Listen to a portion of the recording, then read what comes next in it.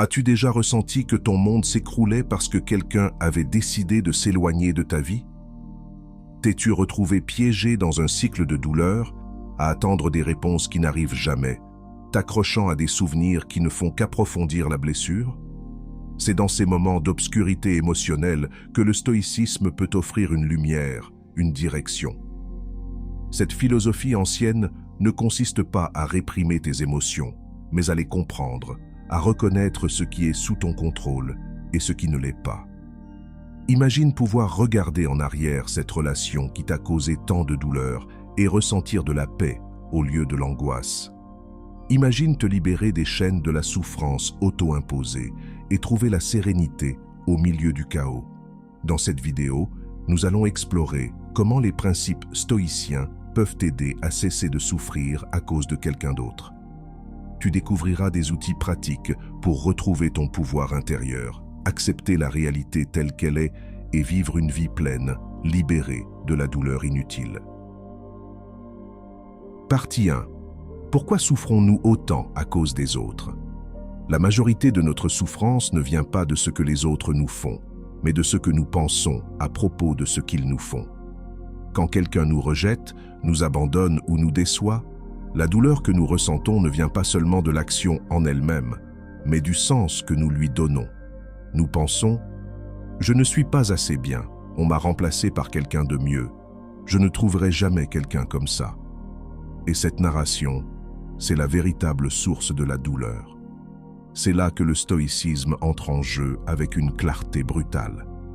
Épictète l'a dit il y a plus de 2000 ans. Ce ne sont pas les événements qui nous affectent, mais ce que nous disons à propos de ces événements. Tu ne souffres pas parce que quelqu'un est parti. Tu souffres parce que tu crois que tu ne devrais pas être seul.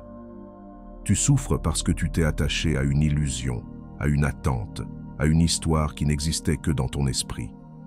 On nous a entraînés à croire que notre bonheur dépend des autres, que nous ne serons complets que lorsque quelqu'un nous aimera, nous acceptera, nous valorisera.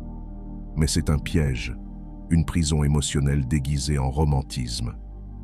Le stoïcisme nous réveille avec une vérité inconfortable, mais libératrice. Tu n'as besoin de personne pour être libre. Tu n'as besoin de personne pour être en paix. Lorsque tu remets ton bien-être émotionnel entre les mains d'une autre personne, tu abandonnes ton pouvoir. Tu dis « Je n'irai bien que si tu me traites bien ». Et c'est une recette certaine pour souffrir.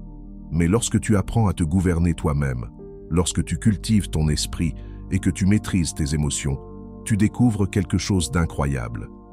Tu peux être en paix, même au milieu de la tempête. Tu peux aimer sans dépendre. Tu peux lâcher prise sans te briser.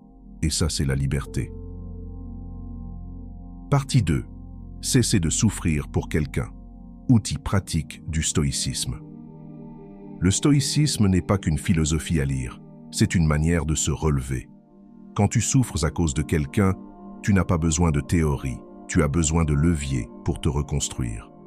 La première chose à faire, c'est de reprendre le contrôle de ce que tu peux maîtriser. Tout ce qui dépend de toi mérite ton énergie. Le reste doit être lâché. Ce que l'autre a fait, pensé ou choisi, tu ne peux plus le changer. Mais tu peux choisir ta réponse, ton regard, ta reconstruction. Ensuite, prépare-toi mentalement à ce que tu redoutes le plus. Imagine un instant que cette personne ne revienne jamais. Pas pour te punir, mais pour t'endurcir. Respire et dis-toi, même si cela arrive, je vais m'en sortir. C'est ça, la vraie force. Ne plus dépendre du retour de quelqu'un pour aller bien. Puis, ramène-toi ici, maintenant.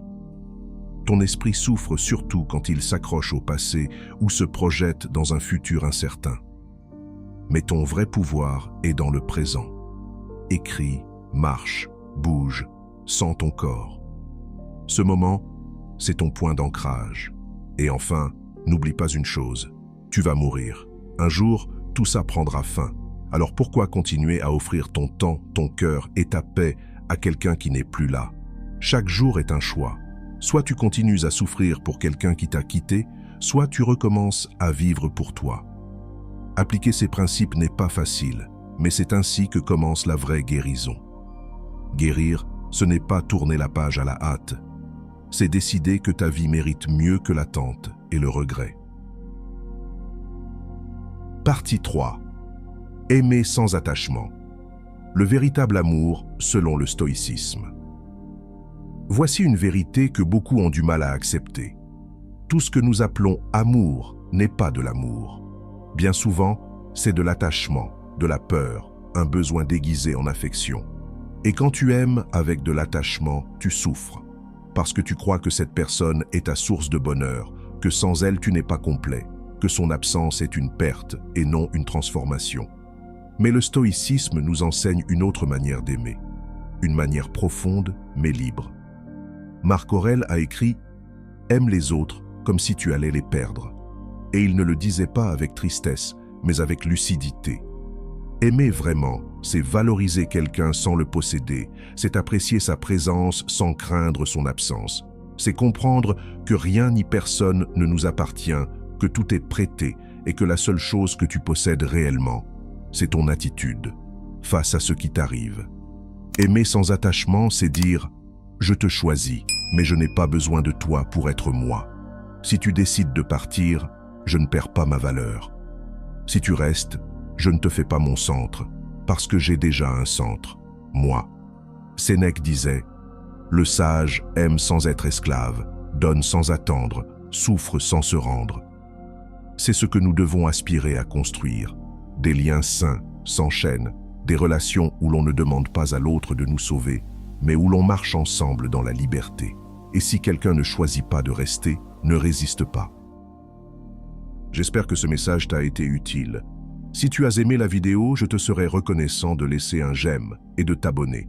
Si tu te retrouves sans mots, écris simplement « stoïcisme » pour montrer que tu fais partie de la minorité qui a suivi la vidéo jusqu'à la fin. Merci beaucoup pour ton attention et à la prochaine.